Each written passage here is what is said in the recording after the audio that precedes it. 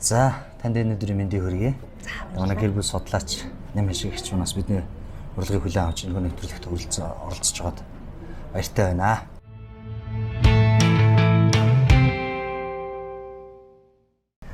Одоо эрэгтэй эмэгтэй хүмүүсийн ялгааг бас аягүй судалж илсэн л да.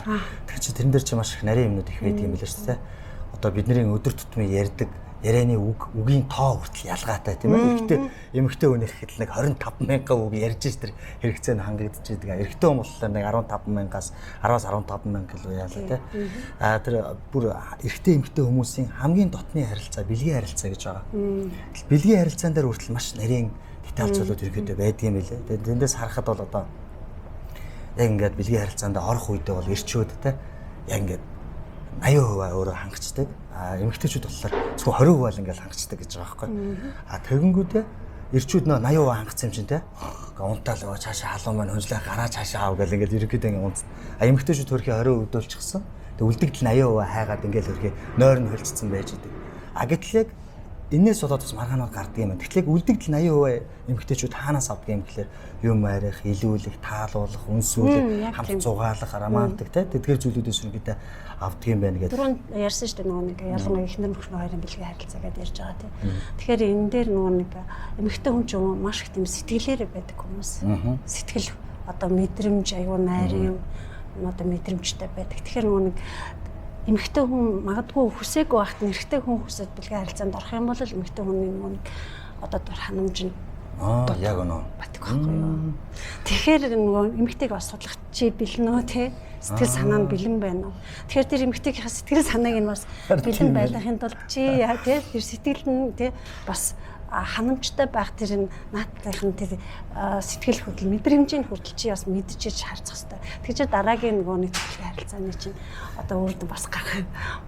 Тийм ээ. Наач чи үнэхээр яг одоо бэлгийн харилцаа маш чухал гэж ярьсан. Тэгээ бэлгийн харилцааныхаа онцлогийг ингээд судлах гэж ярьсан. Сайн болохоор таны наач их чухал байна л да. Яг бэлгийн харилцаанд ороход эхнэр минь бэлэн байна уу? Нөхөр минь бэлэн байна уу гэдгээ бас залуучууд минь судалж одоо олж нээснийхаа дараа тэр бэлгийн харилцаанд орвол их зүгээр юм байна. Эхнэр нь одоо өдөржингөө хүүхдтэйгээ гэр орныхаа бах ажлыг хийчихсэн байжсэн тий. Тэгжээд ятарцсан унтмаар байдаг нөхөр нь ингээд яваад бол тэр эмэгтэйд нь тийм сайхан мэдрэмж төрөхгүй шүү дээ. Эсвэл нөхөр нь ингээд айгүйх ажилдаа маш их стрессд ороод ирдэг. Тэгээ тэр үед эхнэр нь тийм ээ айгүй одоо төхрөөгөө тийм ойлгож хүлээж авахгүй ингээл тус тас гэл ингээл нэг жоохон ширүү харьцаа төхөр нөгөө нөхөр нь бас ямар байх уу тий. Тэгэхээр чинь энэ зүйл аюу нөлөөтэй л гэсэн. Энэ чинь нөгөө гэр бүлийн харилцаа. Тэгэхээр нөгөө гэр бүлийн хамгийн дотны харилцаа бол ерөөсөө гүн гүнзгий харилцаа чиг одоо энэ бэлгийн харилцаа байна тий. Тэгэхээр яг таны саний ярьдаг сэдвүүдээр маш сонирхолтой бас нэг юм сонсч байсан. Тэгээ бас амьдрал дээрээс өөр ингээд харж ирсэн юу гэхээр ер нь ингээд эхнэр нөхөр хоёр ингээд ер нь маргаан гардаг тийм ээ. Маргаан гарахтаа ингээд ер нь яг ирчүүд ингээд гараа явцдаг. За өдөржингөө ингээд явж байгаад ингээд ирчүүд хөрх ингээд мартчихдаг юм ээ. Мартаад ингээд ороо нь хүрээд ирдэг. Тэнгүүд эхнэрүүд чинь нөгөө юм санаж идэг юм байна шүү дээ. Тэнгүүд нөгөө юм нөхрүүд мартцсан учраас ороо ирэл эхнэрийнхээ нөгөө бэлгийн харилцаанд орохдоо бэлэн биш байгаа үгүйг нь мэдхгүй байж тээ. Аливаа наашир гээл тэнгүүл буцаагаад ч юм уу өглөө халаа гэлээ. Дохотоолохтой ийм асуудлууд ер нь яг миний амьдрал ч гэсэн ерөөдөө байсан. Тэгэхээр эмэгтэй хүн гэдэг чинь бас ингээд харахад эхлээд бэлгийн харилцаанд орохын өмнө эхлээд тайвширж ийж бэлэн болж иж ордог. Гэхдээ нөгөө талдаа би нэг юм ааж гэлсэн. Ирчүүд харин орж иж тайвширдаг юм шиг байна. Тэгэхээр ингээд энийг одоо ер нь яаж зохицуулах ёстой? Зохицох ёстой юм уу? Ээжлэх ёстой юм уу? Ингээд хуваар ингээд гаргах ёстой юм уу? Энэ тал дээр ер нь та юу гэж бодож байна? Яг ингээд эхлээ хүн эмэгтэй шал өөр ингээд тогтолцоотой байна шүү дээ. Эрэгтэй хүн болонгууд хийж иж тайвшрах гэдэг. Эмэгтэй хүн болонгууд тайвширж иж хийх гэдэг. Тэгэхээр нөгөө нэг энийг өөртөө бас яг ярилцах хэрэгтэй шүү дээ. Яг үнэ тийм ярилцах гэж байна. Яг ямар байна тий. Тий. Өнөөдөр сэтгэл тэгэхээр нөгөө нэг хинийхээ сэтгэл одоо зүн байдлаа бас ингээ анзаарч харах хэрэгтэй байхгүй юу. Тэгээ энэ хүмүүс маань өнөөдөр нэг л биш байна тий. Жохон тааг байгаа юм, сэтгэл нь жохон тийм байгаа юм байна. Гэдэг тал дээрээ ойлгодог сэтгэл биенийгээ ойлгодог. Ойлгохдохгүй байгаа бол асуулт тавьдаг ч юм уу тий. Ярилцдаг. Тэгээ тэгжээж энэ зүйл маань цаашаага шийдэгдэх боломжтой л. Яг үнэ ярилцах. Яг тэрийг бол ярилцах нь аягүй чухал юм байна тийм ээ. Ярилцах.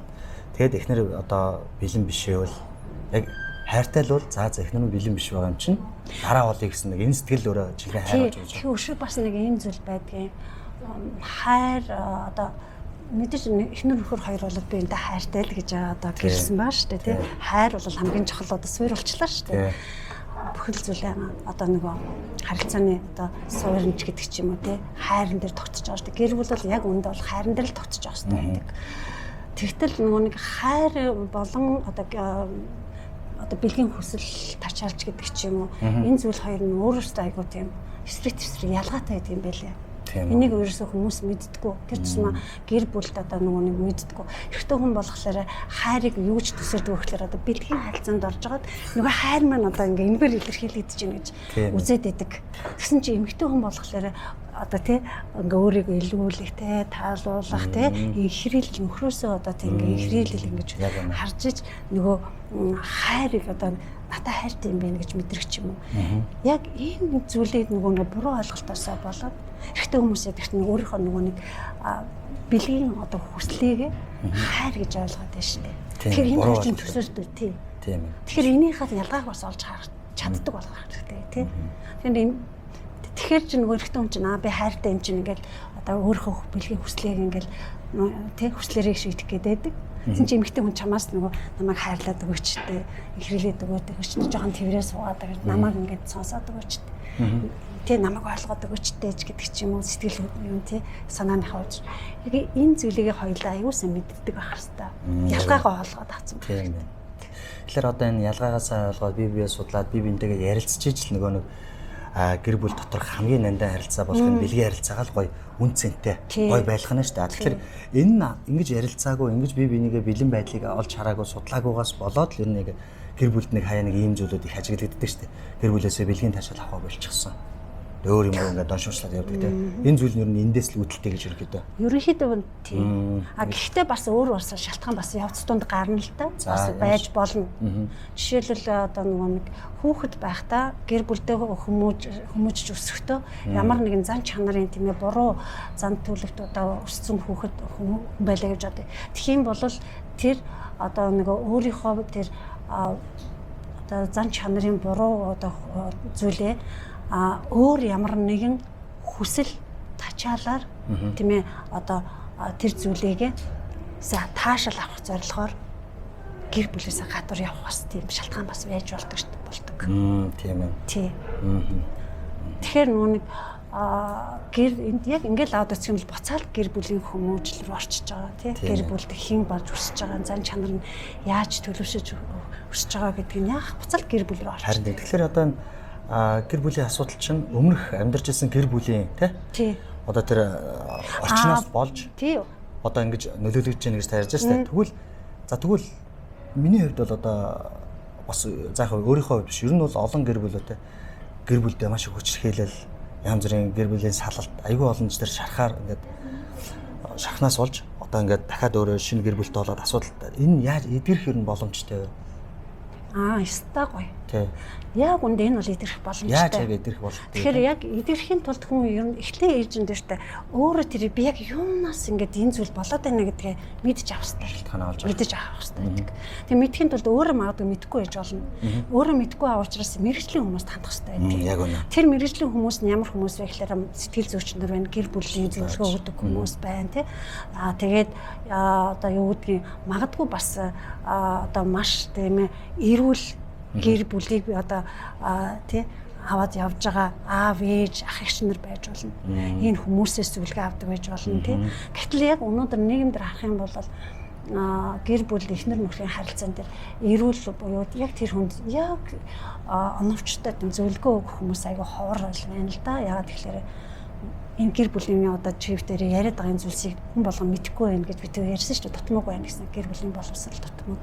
Бие бинийгаа яахгүй энэ зүйлээсээ болоод найз нөхд рүү айгүйх очдог.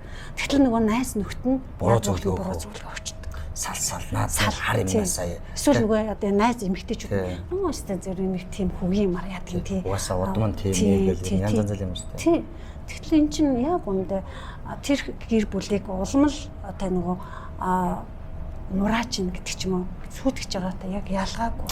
Тэгэхээр залуучууд маань гэр бүлийн асуудал ингээд гарч ирэх үед хамгийн түрүү найз нөхдөөрөө очихоос илүүтэйгээр эхлээд үнэхээр гэр бүл дотроо сайхан зөв эрүүл амьдарч байгаа тэр ах эгснэрээсээ зөвлөж болох нь байна те. Зөвлөгөө авч болох нь байна. Эсвэл мэрэгжлийн гэр бүл судлаач, сэтгэл зүйч яг ийм хүмүүс төр очих нь бол одоо хамгийн чухал юм биш шүү гэж одоо захиж хэлмээр байна гэсэн утгатай. Тэгвэл бид нар ч нөгөө найз нөхд рүү очиод буруу хэлж найз нөхд. Тэгээ эрэгтэйчүүд нь ядахаар найз нөхөд нөгөө гэр бүлийнхээ асуудлыг шийдэж чадаагүй тий. Тэгээ нөгөө нэг чи хэлсэн шүү дээ эрэгтэй хүмүүс гараа явчихдаг. Гарч яваад хаашаа ядахаар найз нөхд төр очдог. Найз нөхд нь яддаг хамт ингээд уугаад уусан нөгөө нэг тэр дотор сэтгэл хөдлөлөө гаргаж бие биендээ ярилцдаг. Тэгээ тэр нөгөө нэг нөгөө найз нөхд нь яддаг. Тэгэхээр одоо сөрөг тийм ээ одоо бурууч гэдэг ч юм уу. Тийм одоо мэдээлэл өгчдөг. Тэгээд тэндээсээ тийм мэдээлэл аваад ирэхдээ яадаг дахиад нөгөө асуудал нь нөгөө урдны асуудал шийдэгдэг байж итэл дахиад нэг асуудал нэмж орж ирж байна шүү дээ. Тэгээд нөгөө асуудал ингэж нэмэгдэж явсаар байгаа сүлд за бит хоёр ерөөсөө тааш тохирохгүй юм байна. Болий. Тэгэл ер нь тий. Тэгснэ энэ ер нь болж гин тий. Энэ намайг ойлгож гин гэх юм тий. Энэ тэгэл буруу тийш явдаг. Хандлага айгүйх гараад байгаа шүү дээ. Тэгэхээр мэдээж одоо гэр бүл гэдэг нь бас нэг жижигхэн байгуулгын нэг загвар гэж хэлж байгаа шүү дээ. Тэр чинь өөрөө тусдаа нэг санхүүтэй гэдэг одоо бие даасан юм нэг. Тэгэхээр гэр бүл дотор эхнэр нөхрийн хооронд бас үүрэг хариуцлага нөгөө талдаа эдлэх хэвээр ирэх гэж бас байдаг бах тийм ээ. Тэгэхээр яг энийг хэрхэн яаж зохицуулах хэвээр байдгийг одоо жишээлх юм бол би эхнэрээсээ те эдлэх хэвээр ирэх гэж байна. Тийм ээ. Чи надад гоё хоол иж өгөх хэвээр те. Чи надад бэлгийн таашаал одоо өгөх хэвээр ч юм уу те. Чи миний хувцас угааж өгөх хэвээр гэсэн эдлэх хэвээр ирэхүүд нь шүү дээ. Мөн бас эхнэрээ би хайрлах хэвээр, халамжлах хэвээр, хувцлах хэвээр гэсэн үүрэг хариуцлагууд байгаа даа. Тэгэхээр энэ эдлэх хэвээр ирэх үүрэг хариуцлагуудыг ер нь аль нь эхнэр нөхрөөр аль нь хэрхэн яаж зохицуулбал те яг зөв эрүүл байх вэ те 50-50% авч явах юм уу? За нэг 7 хоногийн те 3.5 ингэж одоо би чамаас энэ 7 хоног ч юм уу те энэ 7 хоногийн хагасна гэд эдлэх хэрэгээ авъя. За дараагийн 7 яг үүрэг хариуцлага дээр гэх юм уу хослуулаад ер нь яаж явах боломжтой вэ? Айгуу чухал асуулт байна. Надад ч айгуу чухал. Тэгэхээр нөгөө гэр бүлийн маань тогтолцоо гэж байр суурь гэж бас байна л да. Яг тогтолцоо байр суурь гэдээ ярихлаараа чиний нөгөө нэг яриад байгаа эрх үүрэг гэдэг тохиол орчих гээд байна л да. Тэгэхээр гэр бүл маань одоо яг өрхийн тэргүүн гэж ярьж байгаа. Одоо эр нөхөр. Тэгэхээр эр нөхөр маань одоо өрхийн тэргүүний хувьд гэр бүлээ авч явах байр суурь нь эр хүн дээр байдаг. Өөрөөр хэлэх юм бол нөхөр хүн өрхийн тэргүүн маань гэр бүлийг нэгдүгээр удирдна захирна гэдээ яхаар хүмүүс чи тэг одоо юу гэдгийг те нэг жоохон одоо тушаангууч гэдэг ч юм уу ер нь жоохон ноёрхол маягаар ойлгож болохгүй л дээ. Тэгэхээр тэрийг жоохон зөөлрүүлээд хэлэх юм бол гэр бүлээ удирдан чиглүүлэх нэгдүгürt үүрэгтэй ирэх байр суурь. Дараа нь болохоор гэр бүлийнхаа одоо нөгөө бүх хэрэгцээг хангах. Бүх хэрэгцээ хангана гэхээр мэдээж хүмүүс юу гэж бодох. За манай гэр бүл эхнэр хүүхдүүд минь орон байртай байна, идэх хоолтой байна, өмсөх хувцастай байна. Одоо болчлоо гэж бодож идэг. Гэтэл энэ цаан чинь нөгөө түрүүний бидний яриад байдаг сэтгэл санааны хангалуун байдал гэдэг бас зүйлийг бид нэр орхитуулж чаддаг. Тэгэхээр энэ сэтгэл санааны бас хэрэгцээг нь хангаж явах хэрэгтэй одоо ер нь нөхөр. Дээрээс нь тэр хүн гэр бүлийнхээ аюулгүй амар тайван байдлыг хамгаалах хэрэгтэй. Энэ болохоор одоо өрхийн тэргүүний нөгөө их одоо нөгөө эрх мэдлэр өргөцсөн үүрэг. Тэр манай ирчүүд энийг бас айгаа мэдтгүү те. Сая би 3 гол юм ярьлаа шүү дээ. Та эрэгтэй хүний үргийг л ерөнхийдөө ярьлаа шүү дээ. Одоо дараа нь эрэгтэй хүнийхийг ярьж. Би бас өөрийнхөө эхнэрийн үүрэг хариуцлах нь ямар гэдгийг бас мэдээд.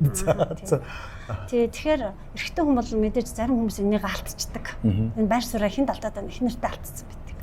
Тийм байх тий. Эхнэр нь одоо ерөөсөө нөхрийнхөө хүмүүс нөгөө нөхрийнхөө чиглүүлэхийг хийгээл те нөгөө хангах хамаг ажлуудыг хийгээл захираал ингээл одоо санхүүгээ барьчихсан санхүүгээрээ бүх юм зохицуулаад явдаг ч гэдэг ч юм. Тэгэхээр энэ нөгөө нэг гэр бүлийн байр суурь эрх мэдэл ингээд салхитчихад байгаа. Тэгээ энэс үүдэлтэй юу болдог вэ гэхээр гэр бүлийн эрүүл бос харилцаа тогтолцоо бий болоод. Тэгэхээр эхнэр хүн тэгэхээр ямар байх хэвээр юм бэ гэдэг асуудал гарч ирж байна. Тэгэхээр нэгдүгээр эхнэр хүн бол эр нөхрийнхөө аягүй сайн туслах нь за туслах байх хэвээр байна. Тэмдэглээд тавчих. За. Тий, туслах байна гэхээр ерөөсөө бүх зүйлийг би хийчи биш байгаа. Биш юм байна. Нөгөө нөхөр маань ингээд гэр бүлээ авч явж байгаа те түрүүний ярьсан бүхэл тэр эрх мэдэл үүргийн хатгаа авч явж байгаа үед нь эхнэр хүн тэр зүйлээ хийхэд нь арийнх нь тий одоо зохицуулж байгаа тий нарийн одоо тэр одоо юу гэдэг гэр доторхч гэдэг ч юм уу тий хүүхдээ одоо зөв өсгөж хүмүүжүүлэх. Тэгээд нөхөртөө урам өгөх, нөхрийгөө дэмжих тий нөхөрийгөө хүндлэх энэ одоо нөгөө байр сурнаас нөхөртөөгөө хандж явах хэрэгтэй байдаг. Тэгэхээр нөгөө гэр бүлийн аюул том нөгөө нэг тогтолцоо болохоор чинь нэгдүгээрт гэр бүлээ бие биендээ итгэх итгэлцэл. За тэгээд эмэгтэй хүний хувьд нөхрөөгөө хүндлэл аюул чухал. Хэрвээ эхнэр хүн нөхрөө хүндэлж авах юм бол тэр гэр бүл жинхэнэ эрүүл гэр бүл байж чадна. Хэрвээ нөхөр нь эхнэрээ хайрлаж, халамжилж те хамгаалж явж чадах юм бол тэр гэр бүл жинхэнэ бас бат бих гэр бүл байж чадна. Тэгээ энэ бүх зүйлээс хүүхдэд одоо тий аав ээж энэ үлгэр дуурайлыг аваад би ийм хүн байх хэрэгтэй юм байна штэ гэсэн зөв одоо нөгөө нэг одоо зан чанарч гэдэг ч юм уу яс урт хүмүүжил тий энэ зүйлсүүдийг суралцж яадаг. Тэгэхээр эндээс харах юм бол эцэг их бол нэгсэндээ хүүхдүүдийг тий удирдан чиглүүлэх үүрэг байлаа ч гэсэн үлгэр дуурайл болох өрөөдөд хэн болохынх нь хүүхдүүдийнхаа одоо нөгөө жинхэнэ одоо үлгэр дуурайл гэж болно, тойл гэж хүмүүс ярьдаг шүү дээ тий болж байгаа.